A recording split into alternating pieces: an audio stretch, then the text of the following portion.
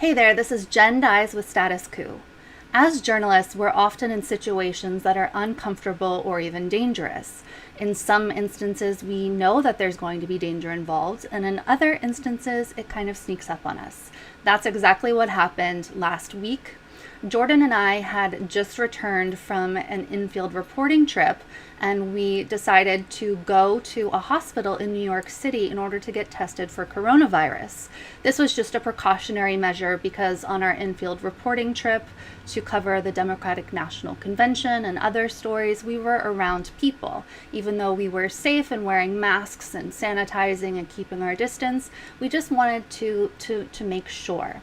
So we saw that this one hospital was giving turnarounds of about 2 days from the time of the test.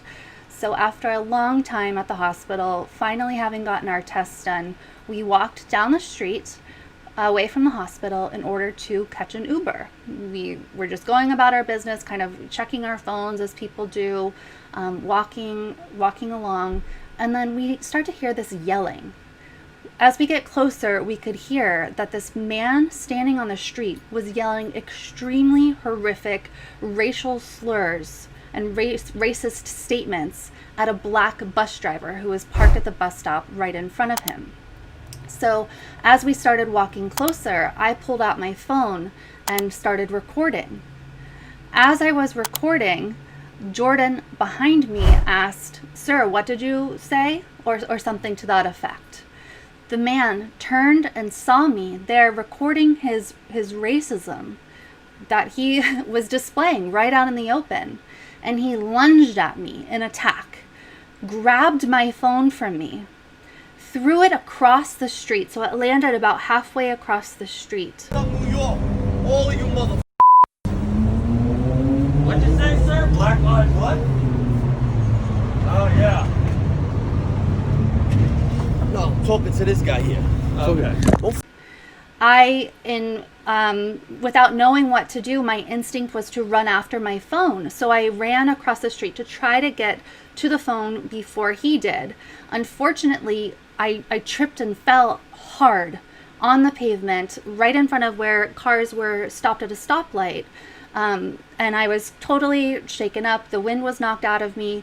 The man, of course, who had been yelling the racist statements, grabbed the phone again and took off down the street.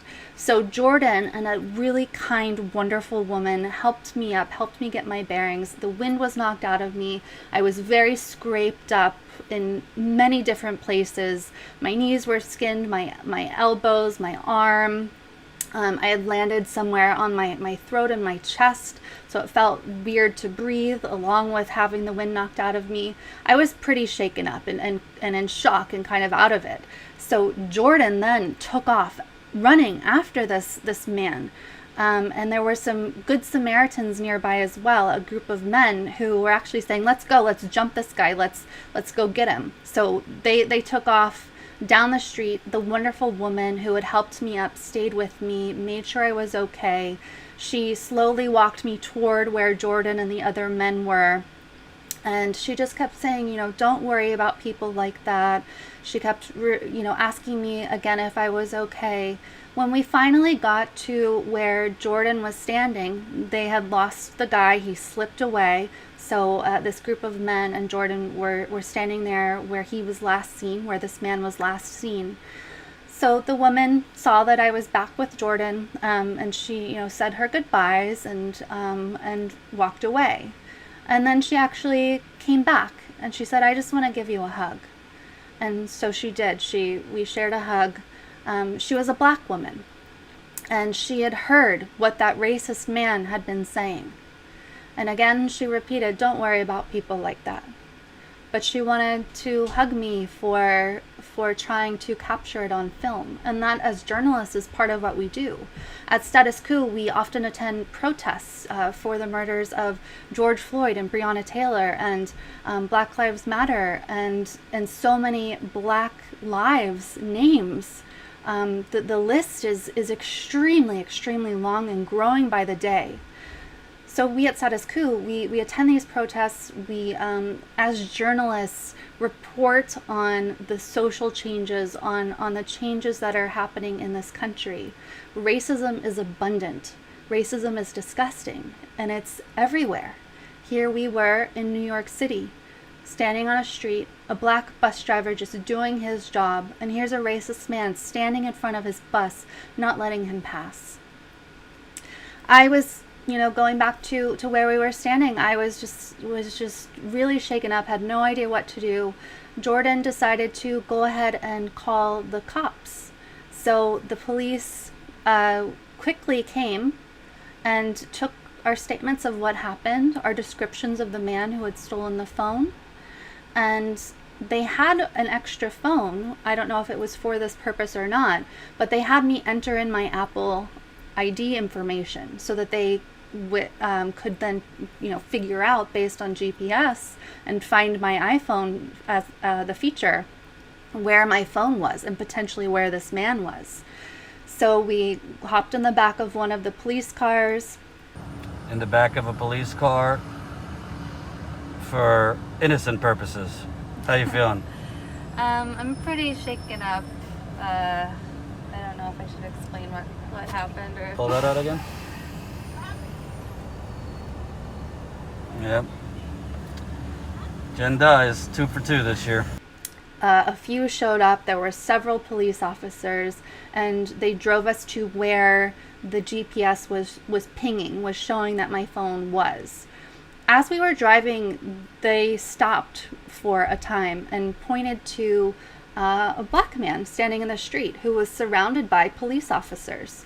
And the police that we were sitting with in the car said, "Is that the man you saw?" And Jordan and I were both immediately saying, "No, we described a white man. That's a black man. A white man stole my phone. A white man was yelling those racist things." So even on this journey to kind of catch this thief and hopefully get him his due, they apprehended a black man. Jordan and I are both obviously white. The police treated us extremely well. They took our information, they located the phone via GPS, so we drove on, and then they pointed to another man and said, "Is that the man?" This time it was the white man who had stolen my phone and had been yelling those horrible racist things.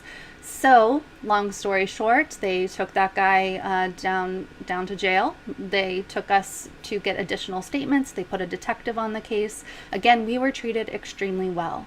My mind keeps going back to that black man just standing on the street minding his own business that was apprehended as part of this.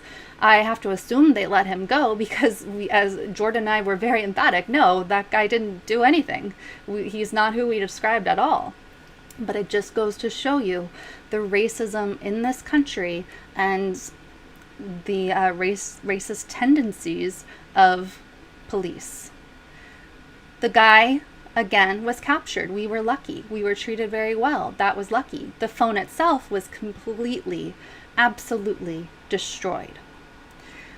I, being very shaken up, didn't know what to do. So Jordan and I went back to his apartment and kind of rested for a bit, and then we decided to tell you all, the audience, what had happened just moments before.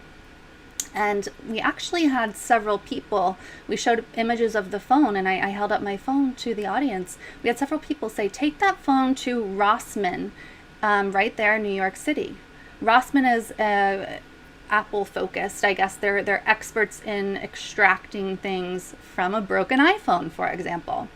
So again, this iPhone completely smashed. I wouldn't think there'd be anything findable or gettable at all. But we really, really wanted the footage that I had started to capture of this racist white man screaming at the black bus driver and of the guy attacking me and throwing the phone. So we followed people's advice. We took the phone to Rossman, and a week later, just the other day from the time I'm filming this, Rossman was able to extract that video, which you can watch right now. Here it is. New York, all you motherfuckers. What you say? sir? Black Lives what? Oh, yeah. No, I'm talking to this guy here. Okay. So of course the video's not long. I wish that I'd been able to film the entire encounter. I wish that I'd been able to capture the horrific racial slurs and racist things that this guy had been screaming at the bus driver. I started filming, you know, as we got closer. Fumbled a bit to get my phone started, so I regret not getting that part on film. But I think the important thing is that we are doing the journalism that we've set out to do.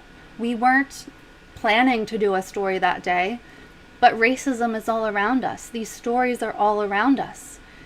Just going about our day after getting a COVID test, we see this example of racism right on the street.